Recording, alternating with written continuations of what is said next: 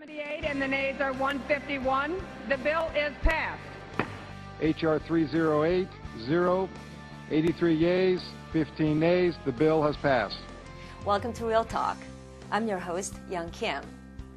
A historic new chapter in the U.S.-Korea relations was opened on October 12 when the United States Congress ratified KORUS, the Korea-U.S. Free Trade Agreement.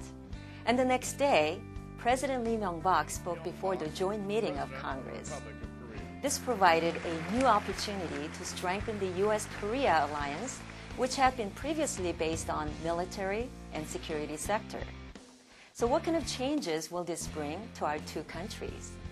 Today, we'll make a forecast with Congressman Royce, who serves as chairman of the U.S.-Korea Interparliamentary Exchange Group and also chairman on the Terrorism, Non-Proliferation, and Trade Subcommittee. So let's meet Congressman Royce and have some real talk.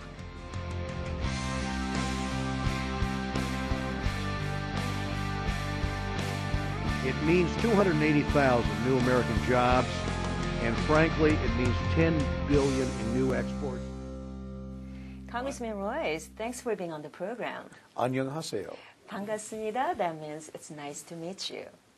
You know, I should thank you for working really hard behind the scenes to prepare for that historic moment when the United States Congress voted on the KORUS FTA. But you know what? It took more than 4 years before it was ratified, and it was first signed in 2007. So why did it take so long? It needlessly took too long, and part of it was on the U.S. side. Part of the problem was that when Nancy Pelosi was Speaker of the House, there was opposition by the Democrats in the House to passage of the legislation. One of the advantages now of having the Republicans in the majority of the House is that they were supportive, but we still had to wait for the President to send down the bill. And when we think about it, it was only 9 days after the President finally submitted the bill to Congress that we were able to pass it out of both the Senate and the House and get it back to his desk. And that was unprecedented, right? We had never moved trade legislation in 9 days before. So we actually moved quickly once we got the legislation from the White House. I guess it was not that surprising that it would take a while because President Obama campaigned against the free trade agreement.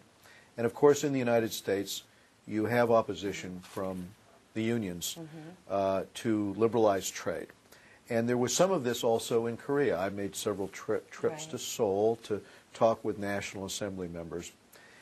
But the one thing that economists tell us, whether they're liberal economists or conservative economists or centrists, they all tell us the one way you create more economic activity is these free trade agreements actually create a synergy. They create more jobs. They're a win-win. And this was the argument that prevailed on the House floor and how we passed the legislation. Let me ask you, first of all, since you worked so hard for the last 4.5 years or so to get it passed, so you must feel really ecstatic, you must feel happy. I do. I am relieved. I must say not all the work is done, but this part is done here in the United States. There are some technical procedures that still remain for the South Koreans to undertake. But there's government support for all of that in South Korea. So I know that will happen. Yes, I am very relieved. And I was still somewhat nervous, despite the fact that as a co-author of this legislation, I was checking in with all my colleagues to make sure how they would vote. Still somewhat nervous that there might have been a problem in the Senate or on the House floor, and yet we were able to get substantive, real strength in the voting bloc in the Senate as well as the House. And as you noted, President Obama, as a candidate, he voted or he strongly opposed it. So what made him change his mind and come to full circle in supporting it? I think one of the factors was the fact that Europe had a similar agreement. Europe and Korea had worked out a trade arrangement based largely on the same format as KORUS. They moved more quickly than the United States. And so in July, that had gone into effect in Europe. We could already see the impact. because trade was increasing between Europe and Korea. And more jobs were being created in both countries as a result. As a matter of fact, exports out of Europe went up 36% in a very short period of time, a little over a month, into South Korea. And likewise, South Korean exports were increasing into the European market. I think the administration saw that and assumed that we were flat. We weren't increasing market share. And this was an opportunity to create that same kind of synergism between the United States and South Korea. I think that helped us in getting this agreement through. So how will the U.S. benefit from the passage of course? Basically jobs, because as you increase trade, and especially for us in California on the Pacific Rim here, but for all over the United States, when you consider there's about 280,000 jobs that are anticipated to be created. There will be $11 billion in new economic activity as we export into the market in Korea and as South Korea exports into our market. So jobs will be created, as economists tell us, in both countries, and this will create more economic growth and more opportunities. And regardless of the sector of employment, but manufacturing in particular, if you think about the tariffs that existed, we had 8% manufacturing tariffs on the Korean side. We in had the automobile sector. And automobile sector, we had 2.5% tariffs here. So as those tariffs come down, it makes it easier for trade and, of course, easier for investment. And that's exactly the two of the most, I mean, there were a lot of industries that will benefit from the removal of tariff, but from the Korean perspective, they're looking at the automobile and textile industry as benefiting the most from this. But do you know what specific changes will occur? Well, it also benefits our automobile industry as well, because there is a growing market for U.S. automobiles in Korea, and we faced a 10% tariff, I believe it was, something in that range. And so as that tariff comes down, and there was a 2.5% tariff here on the U.S. side to Korean automobiles coming in, as those are reduced, it makes it easier. So you're right, automobiles, textiles, but from the U.S. perspective also, besides computers and electronics, which right now we have a pretty hefty commercial activity in this area with South Korea. As those tariffs are dropped, we'll see more exports out of the U.S. And you know, some say that this is more of a political and diplomatic achievement, and not too many jobs will be created. What do you say to those critics? There is a political element to it, but there also is the very real economic reality to it, which, as I cited earlier, Europe is already experiencing the increased trade, and we will have that same impact, and that does create jobs, yes. But there is also the political reality that one of our closest relationships historically has been with South Korea. And South Korea and the United States has worked a long time to get this agreement done.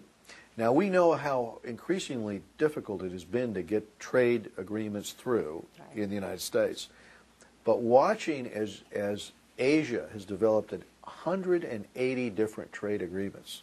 And U.S. only has what? We were party to two, now we'll be party to three of these. And so we've watched the increase in trade that's going on in Asia. It's important that we have access to markets there, that we bring down those higher tariffs so that we can export more into those markets as well. Real talk. Let's talk a little bit more about the oppositions and the claims the opposing side have made, because right now the job is now, or the ball is in South Korea's court now to ratify it in their National Assembly. But before this was ratified on the U.S. side, there were so many oppositions coming out of it. You mentioned the labor union being probably one of the priority sectors that opposed it. But what other claims did you hear in the U.S. that were the key? You run into people who make the argument that we can just trade with ourselves in the United States, and that this whole idea of reducing trade barriers and exporting is not beneficial to economic growth. I don't know any economists today who believe that. And part of it is because the great lesson through the Great Depression was that all of these countries had erected at that time very, very high barriers to trade. And the theory was, that we're going to wall off any imports coming into our country. It hurt all of the countries that were doing that. The Smoot-Hawley legislation here, back at that period of time, helped really compound the Great Depression. Right. At this point in time, we now realize that, for economic activity to occur, half of our growth in sales is caused by exports overseas. So if we can cooperate to get a fair deal, which is what this agreement was about, a level playing field, it will be a benefit to those in Korea and to the United States. And that's what I would say to the critics. We already see what's happened in Europe when we're not part of the trading agreement with Korea. Now that we will join Europe with a similar agreement, we will also see the benefits that the European companies and workers have seen recently. And what are some of the claims you're hearing from your counterparts at the National Assembly? Right after the United States Congress ratified it, you're seeing more vocal critics coming out of Korea. But They're that's saying, politics, this can't happen. But we saw that here, too, with some of organized labor prior to the passage. Now that the ball is back in the other court, we expect some of the organized labor spokesmen to come out against it. But I think the facts show that this is going to be beneficial to the economy in Korea and to the economy in the United States. And that's public opinion is also in Korea, from what I've seen in my trips there, supportive of continued liberalization of trade, because Korea has done very well through a policy of engaging in trade with the world.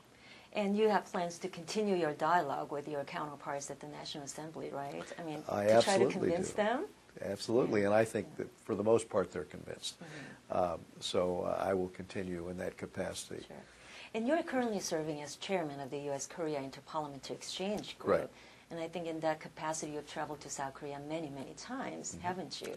I have, and not only have we covered this issue, but security issues and humanitarian issues across the board. It's a relationship that's really matured over the last, I'd say, decade especially. And you could see that in terms of the President's address to Congress, the way he was received here, the way that the President received President Lee Myung-bak.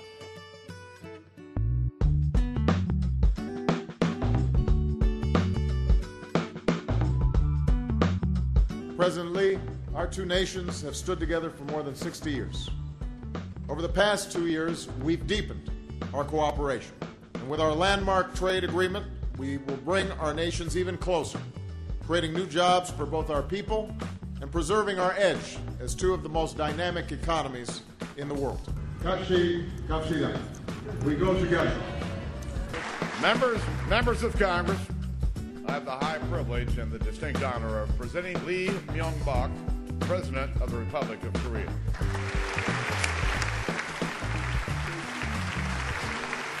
그들의 땀과 눈물, 피나는 노력 덕분에 오늘날 대한민국은 가장 가난한 나라에서 가장 역동적으로 발전하는 나라가 되었습니다.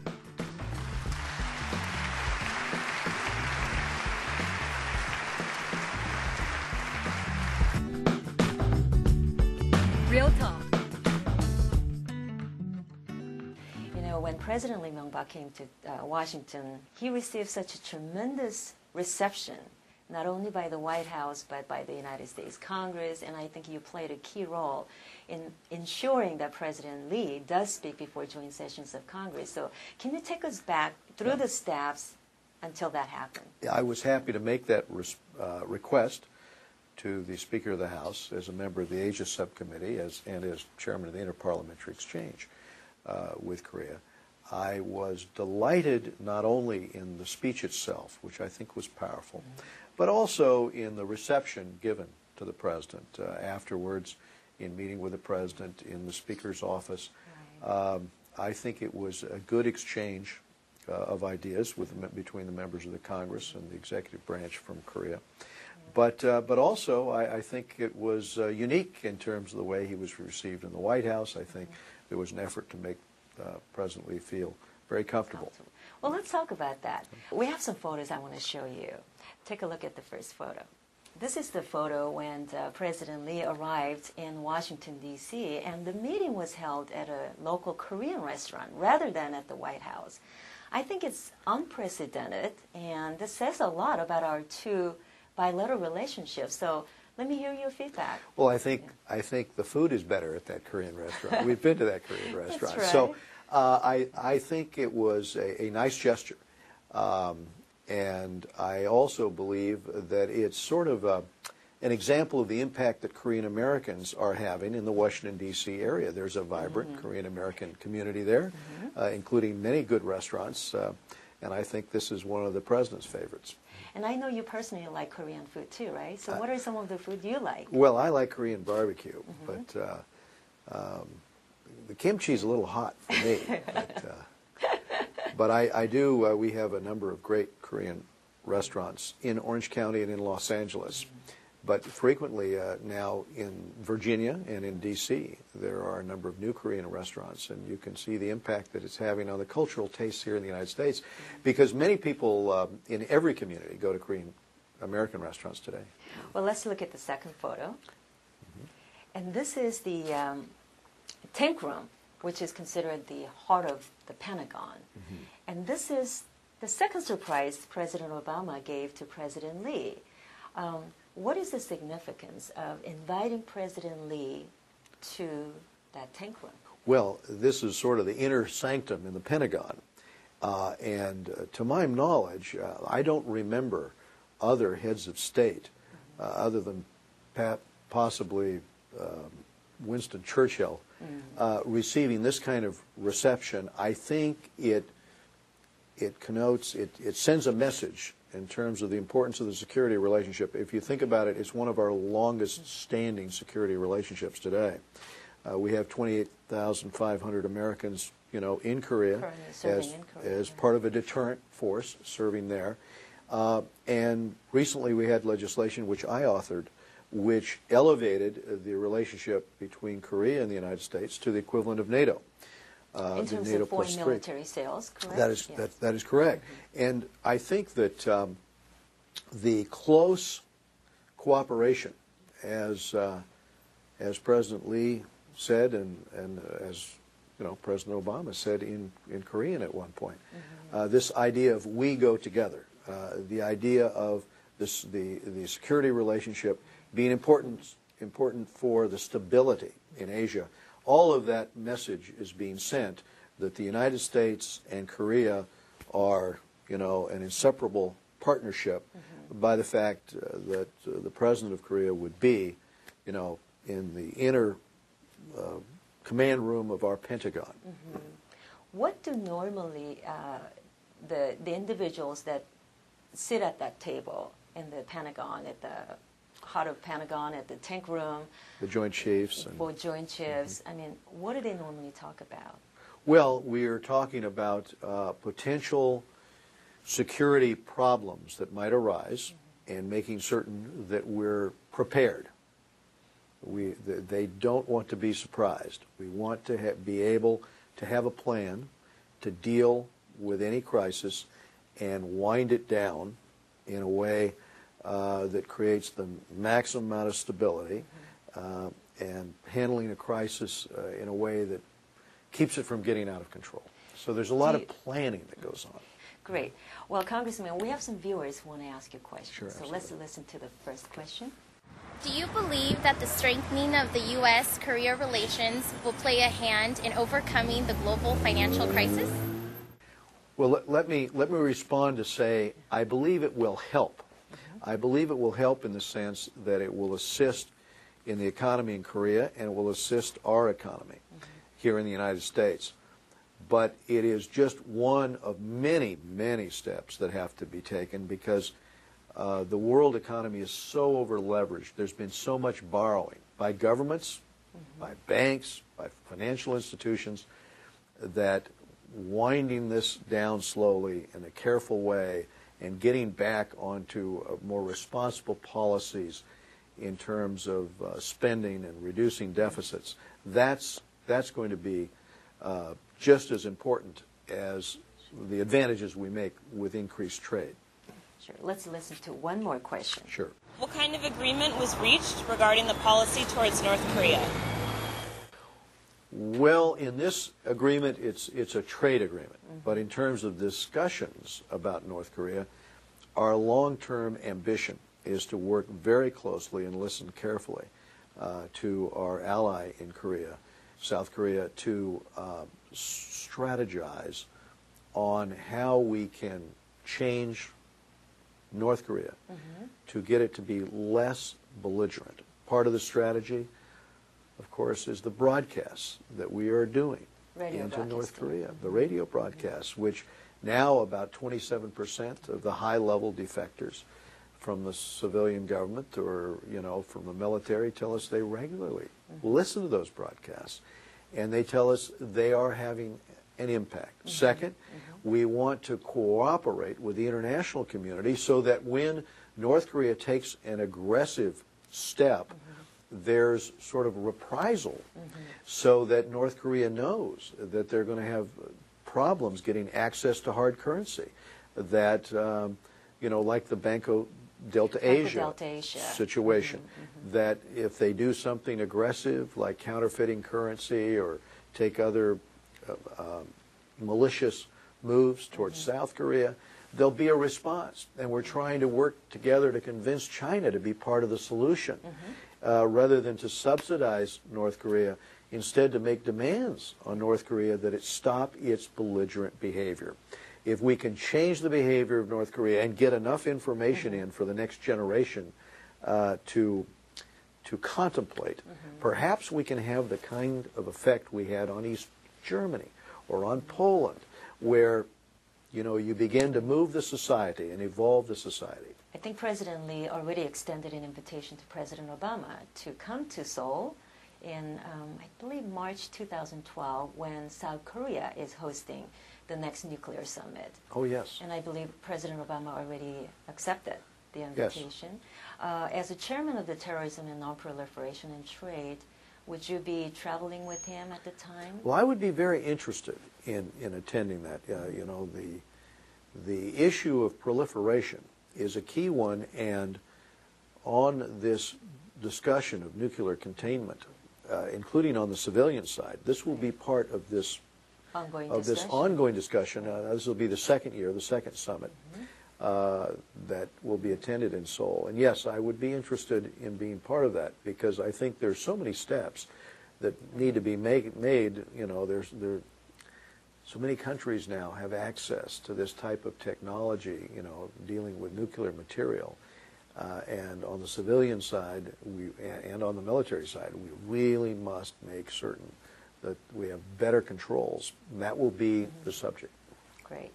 Well, Congressman, I want to thank you for your time today. And I think the passage of Korea's FTA, again, will be bringing a lot of synergy effects to both countries. And it's my hope that South Korea National Assembly will ratify it as early as they can. So, question for you. What is your prediction? Do you think National Assembly will ratify it? From talking to National Assembly members about this very issue, yes. I think it will be ratified, and it'll be in full effect. Great. Well, thank you for your time again. Thank you, Young Kim. Thank you. President Obama used the words, 같이 갑시다. That means, let's go together. And I sincerely hope that South Korea and the United States will move forward together and produce synergy. So that's all on today's Real Talk. I'll see you next week.